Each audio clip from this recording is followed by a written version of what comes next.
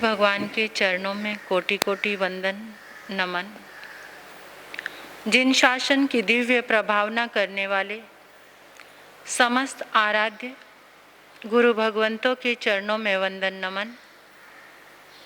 मेरे जीवन पर उपकार करने वाले, धर्म का दान देने वाले आराध्य गुरनी मैया के चरणों में वंदन करती हूँ, नमन करती हूँ। परम सौभाग्य आपका। एक क्वेश्चन है कि हमें शरण कौन देता है? शरण कौन देता है?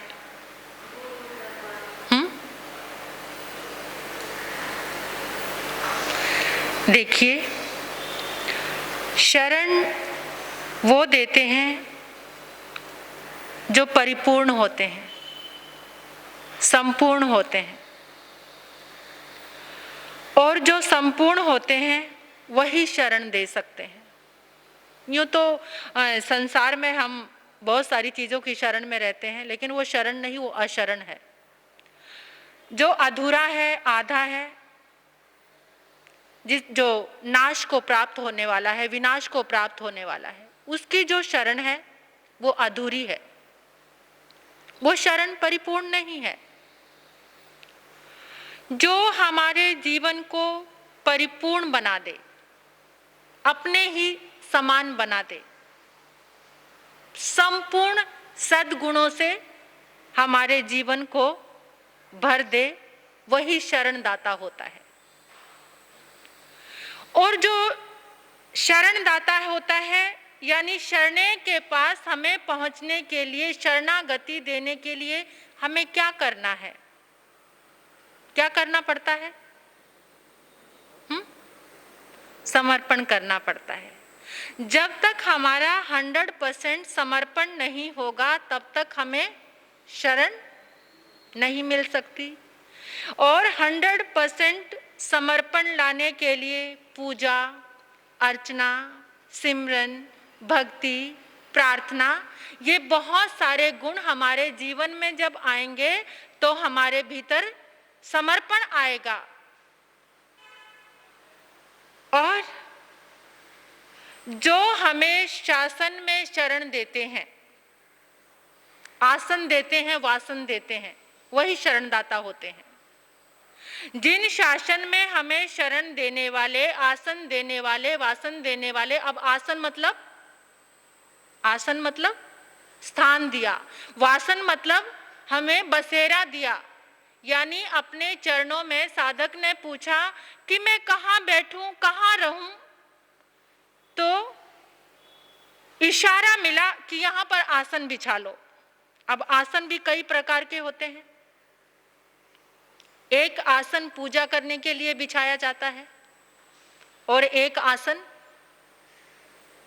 योग करने के लिए, योगा प्राणायाम, ये भी तो आसन ही है ना, इनको आसन कहते हैं।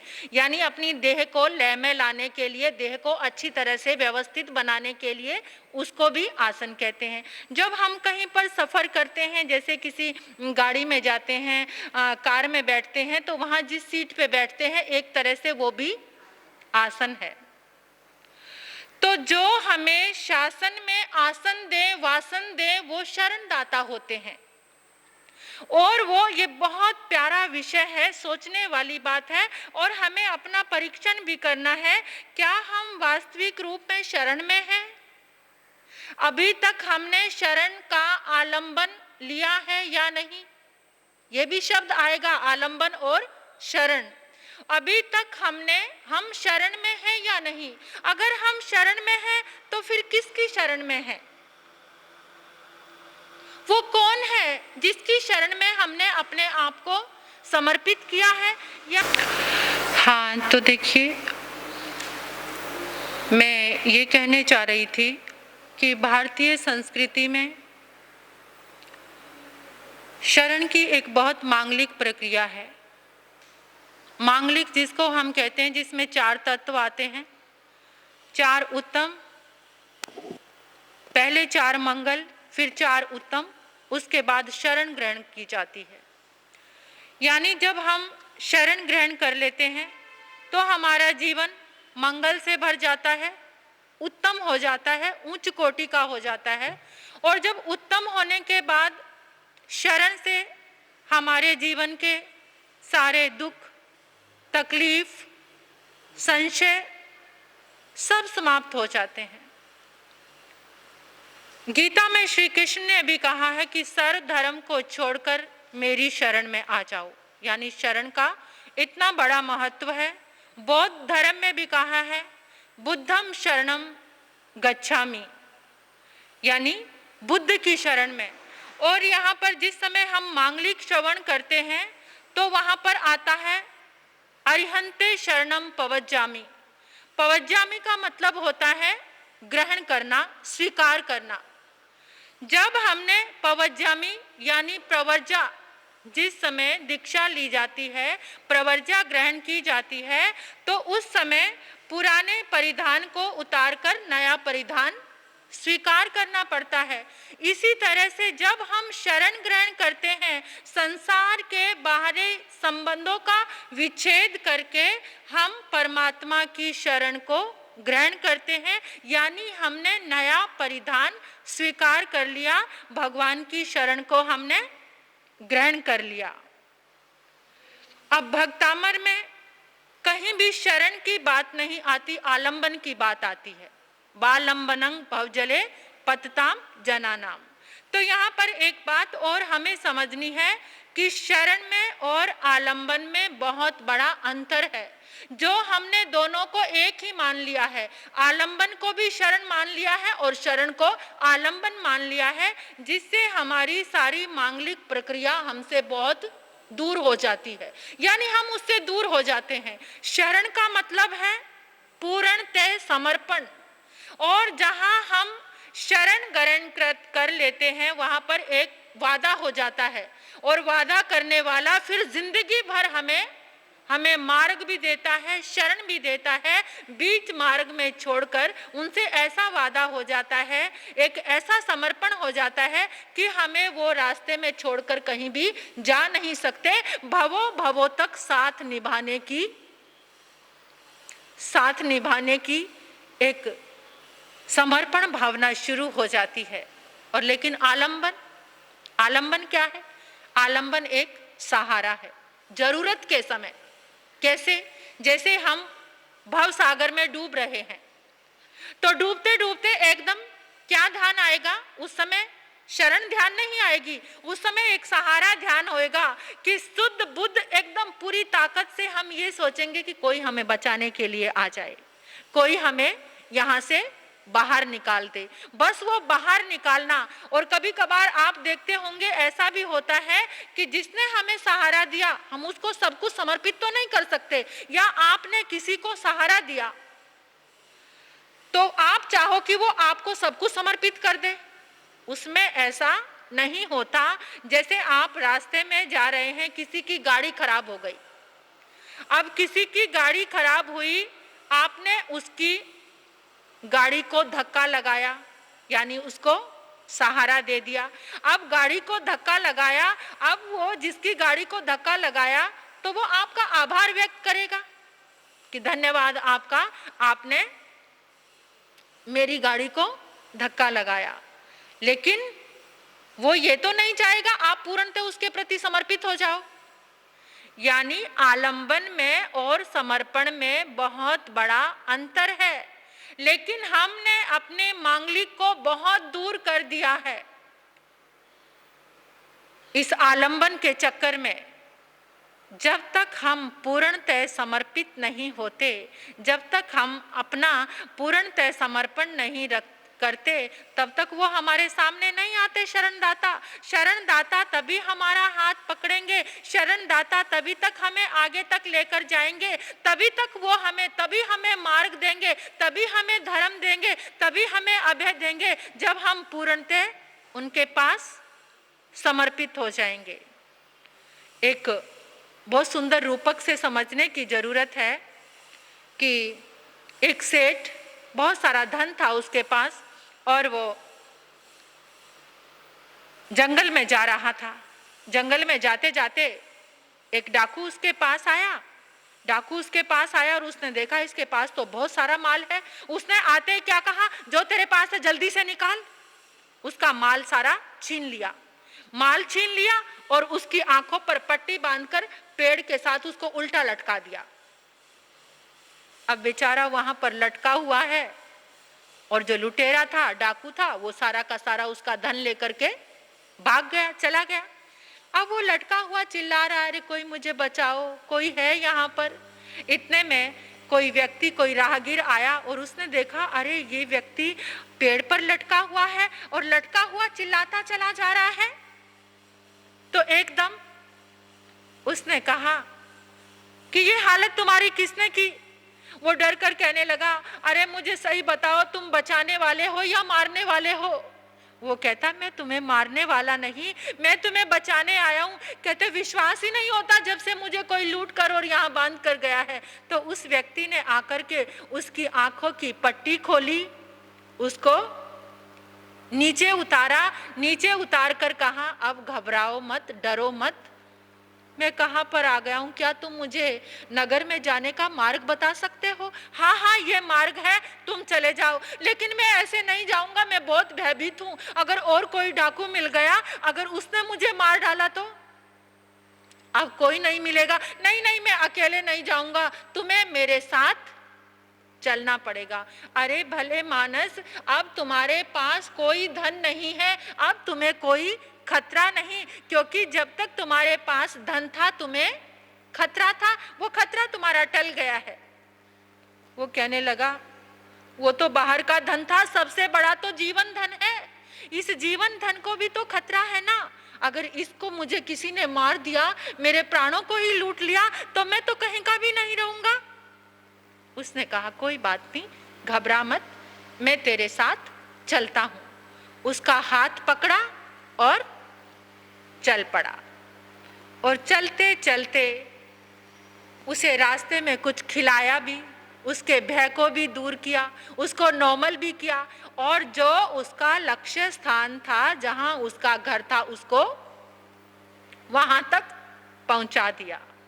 ये तो बाहर का रूपक है।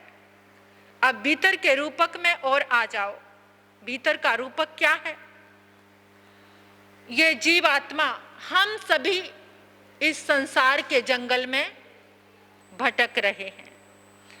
कषायों के चोर आते हैं और हमें लूट लेते हैं। मिथ्यात्व की पट्टी बांधकर इस संसार में उल्टा लटका देते हैं। उसी समय सद्गुरु आते हैं, क्या लेकर के? अभय दयानंद बनकर आते हैं। वो हमें भय से मुक्त करते हैं, चक्षु दयानंद बनकर हमारे आंखों पर बंधी हुई पट्टी को, मिथ्यात्व की पट्टी को निकालते हैं, और उसके बाद हमें शरण देते हैं, धर्म देते हैं, और जीव दयानंद यानी हमारे जीव का बोध कराते हैं कि तू शुद्ध आत्मा है। अभय दयानंद, चक्षु दयानंद, मग दयानंद, धम दयानंद, शरण दयानंद, यानी फिर वो हमें जीव की पहचान कराते हैं और फिर बोधि लाभ देते हैं। सारी संसार की अबोधि को हटाकर हमारे भीतर में एक ऐसा लक्ष्य जगाते हैं कि अब तुम्हें डरने की जरूरत नहीं, तुम्हारा लक्ष्य तुम्हारे सामने है। वो लक्ष्य, लेकिन ये यहाँ तक हम कब पहुंच सकते हैं? जब हमारा समर्पण, जो समर्पण की पराकाष्ठा होती है, जब समर्पण अपने चरम पर पहुंचता है तो हमें लक्ष्य हर हालत में पहुंचता है। देखो, शुरुआत होती है विनय के भावों से, नमो से, नमो अरिहंताणं, यानी नमोकार मंत्र से शुरुआत हुई, और नवकार मंत्र से शुरुआत होकर हमें हमारे भीतर में स्तुति जागी। स्तुति कौन सी? नमो 24 सत्संग, 24 तीर्थंकरों की चतुर्विष्टि स्तोत्र की स्तुति जागी, और स्तुति के बाद हमें क्या मिल गया? फिर हमें मिला नमो तुणंग का पाठ, यानी एक स्टेप से एक स्टेप ऊपर चढ़ने का हमें रास्ता मिला, ऊपर चढ़ने का हमें मार्ग मिला। लेकिन ये सब हमारे समर्पण पर टिका हुआ है। जब हमारा, लेकिन हमारा समर्पण तो किसके साथ है? संसार की चीजों के साथ है, रिश्तों के साथ है। सबसे गहरा समर्पण किसके साथ? कभी कभार ऐसा होता है कुछ रिश्तों में समर्पण सच्चा हो तो परमात्मा के समर्पण की डोर भी हमें मिल सकती है, लेकिन हमारा समर्पण तो हर चीज में टूटा हुआ है, बिखरा हुआ है। समर्पण हमारा सही है ही नहीं। जो चीजें नाशवान का समर्पण करोगे तो विनाश ही होगा, और जो शाश्वत है अगर उसके प्रति समर्पण करोगे तो तुम्हारा समर्पण। अर्जुन ने समर्पण किया था कृष्ण के लिए, तो उसको क्या मिला? अपना लक्ष्य प्राप्त हुआ। और कर्ण ने समर्पण किया था किसको? दुर्योधन को, जो स्वयं ही बिखरा हुआ था, स्वयं पीड़ाओं में था। अगर तुम्हारा समर्पण जो स्वयं पीड़ा में है उसके साथ होगा तो तुम्हें पीड़ा मिलेगी।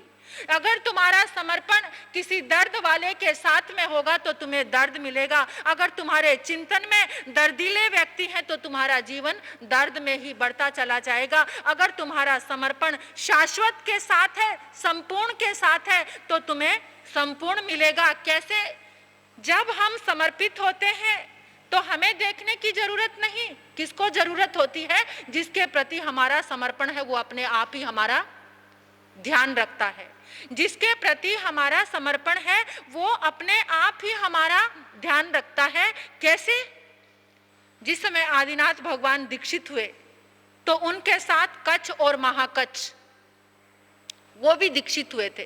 तो जिस समय कच्छ और महाकच्छ दीक्षित हुए तो उनके दो बेटे थे, नमी और विनमी।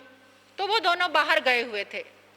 जब वो आए उनको पता चला आदिनाथ भगवान ऋषभ देव तो संत बन गए, उनके साथ हमारे पिता भी संत बन गए। उन्होंने तो सारी राज्य व्यवस्थाएं सब कुछ सबको बांट दिया, हमारे लिए तो कुछ भी नहीं बचा। हमारी राज्य व्यवस्था का क्या होगा? उनको पता चला कि वो कहां पर है, वो तो उनके पास ही पहुंच गए। तो उस समय ऋषभ देव भगवान ध्यान में थे, कायोत्सर्ग में थे। अब उन दोनों ने सोचा जब तक इनका कायोत्सर्ग चलेगा हम इनकी सेवा में ही रहेंगे। जब ये अपने आप हमारे जीवन की कोई व्यवस्था करेंगे, हमें कोई राज्य व्यवस्था देंगे, उसी को हम स्वीकार करेंगे। जब तक ये कुछ नहीं देंगे हम यहाँ से जाने वाले नहीं हैं। जहां जहां वो जाते उनके साथ चलते, एक दाएं एक बाएं तलवार लेकर खड़े रहते। ना रात में सोते थे और दिन में भी एकदम इसी तरह से आसपास की धरती को साफ करते, पानी का छिड़काव करते, यानी सारी की सारी सेवा उनको समर्पित कर दी। अब कुछ समय के बाद धरणेंद्र देव आदिनाथ भगवान को वंदन करने आया और उन देवों दोनों की सेवा को देखा और पूछा तुम कौन हो और तुम्हारी ये आराधना किसके लिए चल रही है? तुम्हारा लक्ष्य क्या है? उन्होंने अपना लक्ष्य बताया कि हम ऐसे बाहर गए हुए थे, हमारे पिता सन्यासी बन गए, अब हम इंतजार कर रहे हैं कब प्रभु हमें राज्य व्यवस्था देंगे। तो उन्होंने कहा कि तुम ऐसा करो, तुम इनके बड़े पुत्र भरत के पास चले जाओ, भरत राजा हैं, वो तुम्हें कोई ना कोई राज व्यवस्था दे देंगे, वो बड़े अच्छे हैं, बड़े दयालु हैं। वो कहते नहीं, हम सबसे बड़े दुनिया का जो सबसे बड़ा राजा है उसको छोड़कर हम कहीं भी नहीं जाएंगे। उनकी सेवा को देखकर, उनका समर्पण भाव देखकर धरणेंद्र बहुत प्रसन्न हो गए और कहने लगे कि मैं नागों का राजा धरणेंद्र हूं, मैं प्रभु का दास हूं और तुम प्रभु के सेवक हो। तुम्हारा समर्पण देखकर, तुम्हारी भक्ति देखकर मेरा मन बहुत प्रसन्न हो गया। मैं तुम्हें कुछ देना चाहता हूं और तुम यही समझना कि जो प्रभु का दास दे तो समझ लो प्रभु ने ही दिया है। तो मैं तुम्हें कुछ देना चाहता हूं। गौरी प्रगपति आदि 48,000 विद्याएं तुम्हें देना चाहता हूं और वैताड़ गिरी पर 2 पर्वत शिखाएं जहां पर एक ऐसे 2 नगरों का निर्माण करूंगा, उस नगर की अक्षय व्यवस्था को तुमने संभालना है। तुम वहां के राजा बन जाओ, तुम यहाँ से अब जा सकते हो। धर्मेंद्र देव उन दोनों को साथ लेकर वैताड्य गिरी की 2 पर्वत श्रेणियों पर गया और वहां पर जाकर कहा कि देखो, ये विद्याएं तुम्हारे पास तभी रहेंगी जब तुम न्याय के साथ, धर्म के साथ, मर्यादा के साथ इनका पालन करोगे। जैसे ही तुमने न्याय छोड़ा, जीवन की मर्यादा छोड़ी, भ्रष्टाचारी बने, तभी ये विद्याएं सारी लुप्त हो जाएंगी। और ये सब कुछ तुम्हें परमात्मा की भक्ति और समर्पण के फलस्वरूप मिला है, क्योंकि तुमने समर्पण किसको किया और क्या सोचकर समर्पण किया? क्या सोचकर किया था? हमें राज्य मिले। जैसा सोचकर तुमने समर्पण किया, ये प्रभु की अनुकंपा हो गई तुम पर, और वहां पर रत्नों के साथ रत्नों की दीवारों पर लिख दिया कि ये प्रभु के प्रति समर्पण का तुम्हारा फल है। तो यहां से क्या समझ आया हमें? संपूर्ण के साथ जब तुम्हारा समर्पण होगा, और समर्पण में तुम्हारी भावना क्या होगी? समर्पण में तुमने अगर सोच लिया कि मुझे तो प्रभु के जैसा ही बनना है, मेरी आत्मा को परमात्मा बनना है, तो 100% वो तुम्हें मिलकर ही रहेगा। और जिन शासन में शरणें 4 हैं, कितनी शरण है? कौन सी? अरिहंते शरणम, सिद्धे शरणम, साहू शरणम और केवली पनतो धम्मो शरणम। लेकिन हमें जो शरण है, ये नीचे से इसकी शुरुआत करनी है। पहले किससे शुरुआत करनी है? धर्म से। धर्म से हम शुरुआत करेंगे तो क्या मिलेगा हमें? जब हमने पहला स्टेप चला तो दूसरे स्टेप पर कौन है? नीचे से दूसरा स्टेप कौन है? साधु, गुरु मिले। यानी पहले हमारे जीवन में धर्म आया तो गुरु हमें मिलेंगे ही मिलेंगे। पहले तुम्हारे जीवन में धर्म आना जरूरी है। अगर तुम्हारे जीवन में धर्म आया तो तुम्हें गुरु मिलेंगे, और गुरु मिलने के बाद वो तुम्हारा परिचय कराएंगे किससे? अरिहंत भगवान से। अरिहंत भगवान का मार्ग बताएंगे, और जब तुम्हारा परिचय उस परम तत्व से हो जाएगा, यानी तुम्हारी आत्मा जब परमात्मा बन जाएगी, तो तुम्हें क्या मिलेगा? सिद्ध गति, यानी सिद्ध स्थान तुम्हें मिल जाएगा। लेकिन गुरु मिलकर तुम्हें बताएंगे, पहले धर्म तुम्हारे जीवन में आया, फिर गुरु आए। गुरु ने तुम्हें बताया कि तुम्हारे भीतर है, सारा खोल कर रख दो। किसके सामने? अब ये दिन आए हैं ना हमारे 8 दिन, अपने भीतर जो है वो सारा किसके सामने रखना है? गुरु के सामने, परमात्मा के सामने। और वो क्या रखना है? जो भीतर है वो क्या खोलना है? ये नहीं कि बहू आई और गुरु के सामने कहने लगी मेरी सासू जी ऐसी है, मेरे ससुर जी ऐसे हैं, मेरे घर में ऐसा वातावरण है। ये नहीं खोलना। तुमने सोचा कि गुरु के सामने सब खोलना है, लेकिन खोलना क्या? अपनी आलोचना। जो भीतर में जिन पापों को अभी तक दबा कर रखा है, जिन चीजों को अभी तक जो भीतर में तुम्हें तकलीफ देती हैं, जिसकी आलोचना तुम अभी तक कर नहीं पाए, उसको बाहर निकालना है। ये परम धीराज पर्युषण यही कहते हैं, समर्पित हो जाओ जिन शासन को, संपूर्ण समर्पण कर दो। जब तुम्हारा संपूर्ण समर्पण होगा, संपूर्ण के प्रति जो संपूर्ण पर्सनैलिटी है, जो संपूर्ण व्यक्तित्व है, अगर तुम्हारा ऐसा डिवोशन होगा तो 100% तुम भी एक दिन संपूर्ण बन जाओगे। और संपूर्ण बनने के लिए ये दिन हमें संपूर्ण बनाते हैं, तो इन दिनों का लाभ उठाओ। धीरे धीरे करते करते वक्त चला जा रहा है, और वक्त तो किसी के रोके से रुकता नहीं है। इसलिए इस वक्त को तुम अपना बना लो, इसमें समर्पित हो जाओ परमात्मा के। यही शरण कहती है कि जो शरण ग्रहण कर लेता है उसे वास भी मिलता है, बसेरा भी मिलता है, और उसको उसकी केयर भी होती है, और उसकी इतनी केयर होती है कि परमात्मा फिर उसको कोई चोट नहीं लगने देते, भटकने नहीं देते, कोई दुख नहीं आने देते, कोई दर्द नहीं आने देते। इसलिए अपने समर्पण को 100% बनाओ। इसी के साथ ओम शांति।